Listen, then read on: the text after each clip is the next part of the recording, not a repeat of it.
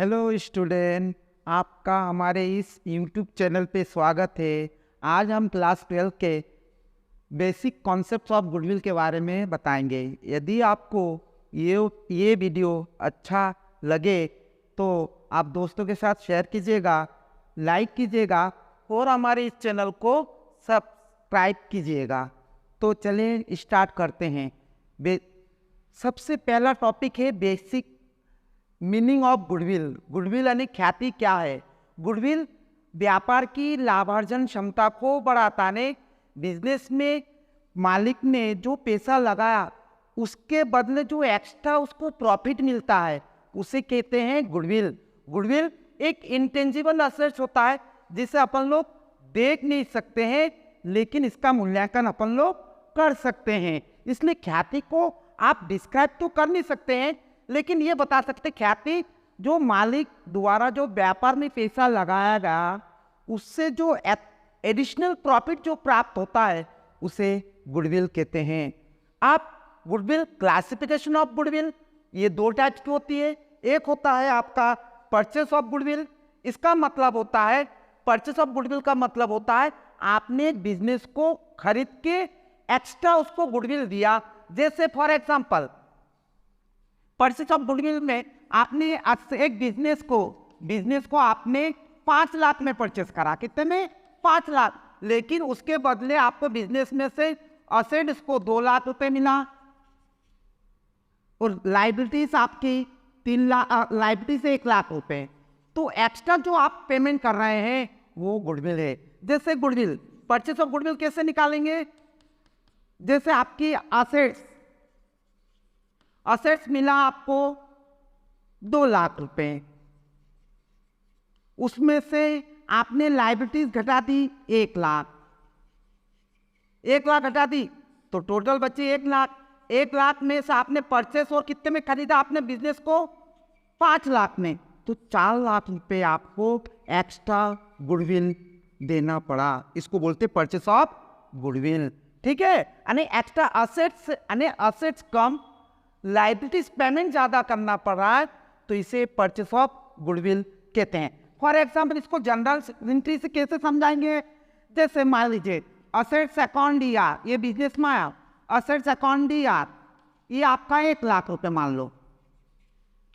2 liabilities कितने में पड़ा? पेमेंट करना है लाइबिलिटीज, मान लो 2 लाख रुपए। और आपने बिजनेस कितने में परचेज करा? 2 बिजनेस परचेज कितने में करा कंपनी से? 5 लाख रुपए।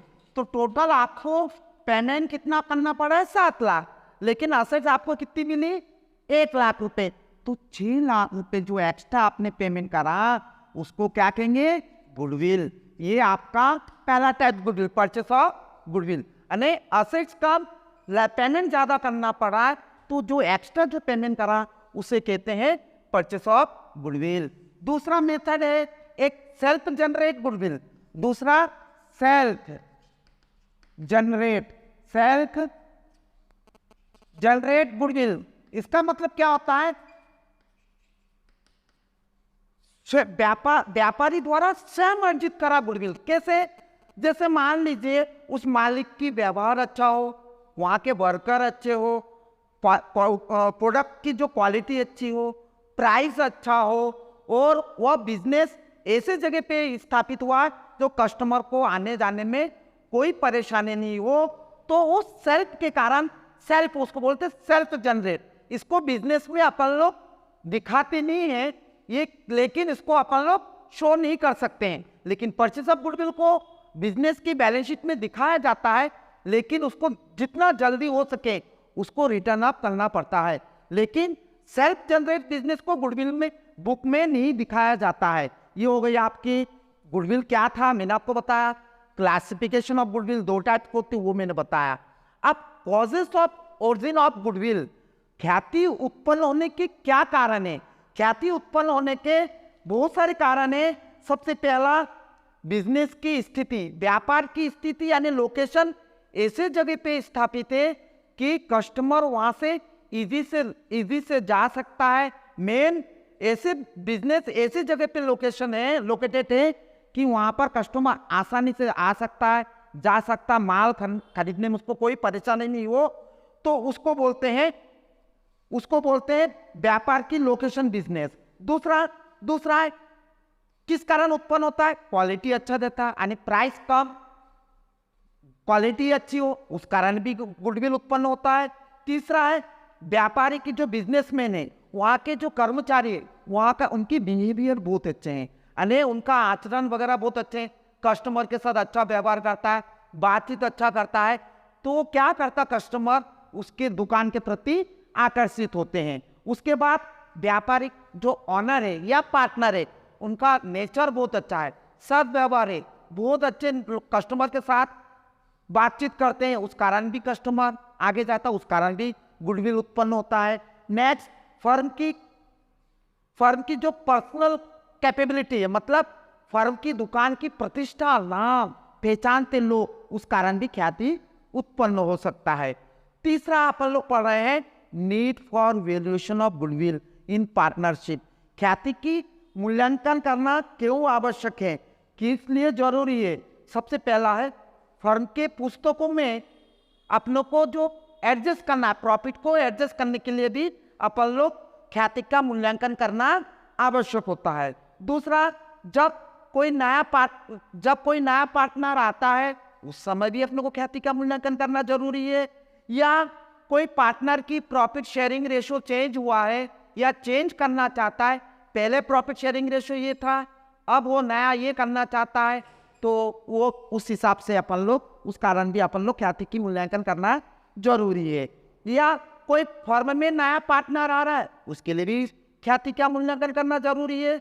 या कोई पार्टनर बिजनेस को छोड़कर चला जाता है, तो आज तक वो पार्टनर ने कितना लाभ कमाया है या फर्म की गुडविल कितनी है, उसमें उसको हिस्सा देना पड़ेगा, वो भी, इसके लिए भी अपन लोग गुडविल का वैल्यूएशन करना आवश्यक है। या जो पार्टनरशिप फर्म से कंपनी में अमलगमेट होना चाहता है या एकीकरण होना चाहता है या मिलना चाहता है, उस समय भी ख्याति का मूल्यांकन करना आवश्यक होता है। या कोई साझेदार व्यापार छोड़कर चला जाता है या किसी पार्टनर की मृत्यु हो जाती है, तो उस समय उसके उत्तराधिकारी ने एग्जीक्यूटिव को पेमेंट करते समय, तो उसमें ख्याति में उसका हिस्सा देना पड़ेगा, उसके लिए भी गुडविल का वैल्यूएशन करना पड़ता है। आप देखिए वैल्यूएशन ऑफ गुडविल क्यों करना, किस काय के लिए किया जाता है, मैंने आपको बताया किसके लिए किया जाता है। कोई फर्म में नया साझेदार आता है, प्रॉफिट शेयरिंग चेंज होता है उस समय, या कोई पार्टनर चला जाता है, या कंपनी फर्म से कंपनी में परिवर्तित होना चाहता है, या अन्य फर्म में मिलना चाहता है, उस समय ख्याति के मूल्यांकन करना आवश्यक होता है। ये परीक्षा की दृष्टि से ये तीनों टॉपिक थ्योरी बेस के लिए बहुत इंपॉर्टेंट होता है। अब आते हैं प्रैक्टिकल बेस के लिए। प्रैक्टिकल बेस के लिए वैल्यूएशन ऑफ गुडविल किस प्रकार किया जाता है, मैं आपको नेक्स्ट पार्ट में स्पेशल रूप में आपको डिस्क्राइब करूंगा। लेकिन इस पार्ट में मैं आपको बता रहा हूँ स्पेसिफिक टर्मिनोलॉजी ऑफ गुडविल में वैल्यूएशन करने के लिए क्या क्या टर्मिनोलॉजी या क्या शब्दावली का प्रयोग किया जाता है, अपन लोग नेक्स्ट पार्ट में आपको बताएंगे। नॉर्मल प्रॉफिट का मतलब क्या होता है, जो बिजनेसमैन बिजनेस में कैपिटल लगाया, तो उससे ये अपेक्षित करता है कि मैंने इतना पैसा लगाया तो मेरे को इतना % रिटर्न हो सकता है, तो उसके लिए अपन लोग नॉर्मल प्रॉफिट निकालते हैं। जैसे नॉर्मल प्रॉफिट बराबर होता है आपका कैपिटल इनटू रेट अपॉन 100।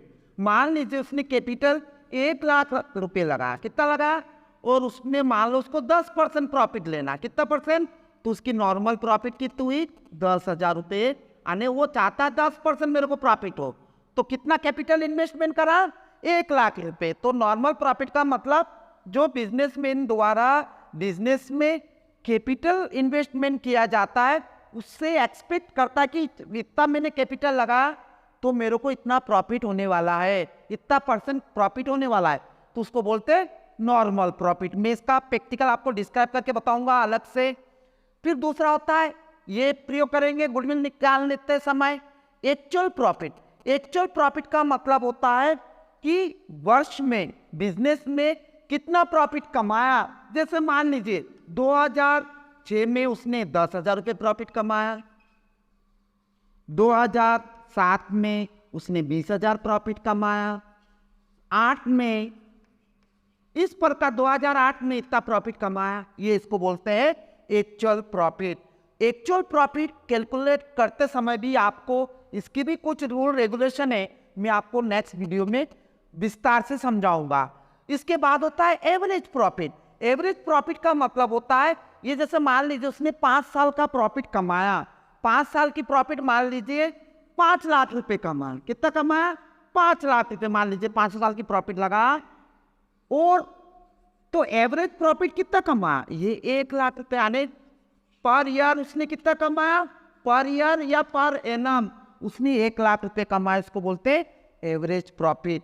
इसका भी मैं कैलकुलेशन आपको बताऊंगा।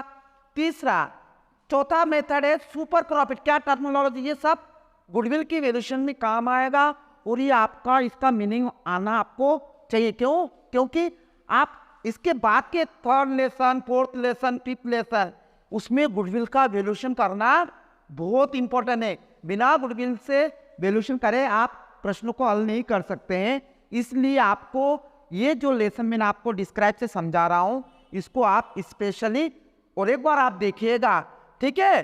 सुपर प्रॉफिट किसे कहते हैं? सुपर प्रॉफिट मतलब होता है आपने जो नॉर्मल एक्चुअल जो एवरेज प्रॉफिट है, एक्चुअल एवरेज प्रॉफिट्स और नॉर्मल प्रॉफिट का जो डिफरेंस होता है उसे सुपर प्रॉफिट कहते हैं। फॉर एग्जांपल, सुपर प्रॉफिट बराबर होता है actual average profit minus normal profit. मान लीजिए एक्चुअल एवरेज प्रॉफिट आपका 1 लाख रुपए और नॉर्मल प्रॉफिट मान लीजिए 20,000 रुपए, तो आपका सुपर प्रॉफिट क्या हुआ? 80,000 रुपए। ये आपका सुपर प्रॉफिट। तो बच्चों आपको ये चैप्टर आपको इसकी थ्योरी स्पेशल, इसको क्या किसे क्या कहते हैं, गुडविल का वैल्यूएशन क्यों करते हैं, क्या कारण है, गुडविल क्या होता है, उसके क्लासिफिकेशन क्या होते हैं, कितने प्रकार के होते हैं, मैंने वो आपको बताया। क्यों उत्पन्न होता है गुडविल, के कॉजेस क्या है, क्यों बिजनेस में गुडविल का उत्पन्न होता है, या क्यों गुडविल का वैल्यूएशन करना क्यों आवश्यक है, किस कारण, मैंने आपको बताया। फिर वैल्यूएशन ऑफ गुडविल में कौन कौन सी टर्मिनोलॉजी, क्या क्या शब्दों का प्रयोग करेंगे, आपको नेक्स्ट वीडियो में समझाऊंगा। नॉर्मल प्रॉफिट क्या होता है, एक्चुअल प्रॉफिट क्या होता है, एवरेज प्रॉफिट क्या होता है, सुपर प्रॉफिट क्या होता है, मैंने आपको बताया। और नेक्स्ट वीडियो में आपको प्रैक्टिकल सवाल करते समय मैं फॉर एग्जांपल से बिल्कुल आपको डिस्क्राइब करूंगा। यदि आपको ये वीडियो अच्छा लगे तो दोस्तों के साथ शेयर कीजिएगा और लाइक कीजिएगा, और हमारे इस चैनल को आप सब्सक्राइब करना मत भूलिएगा। धन्यवाद। जय हिंद।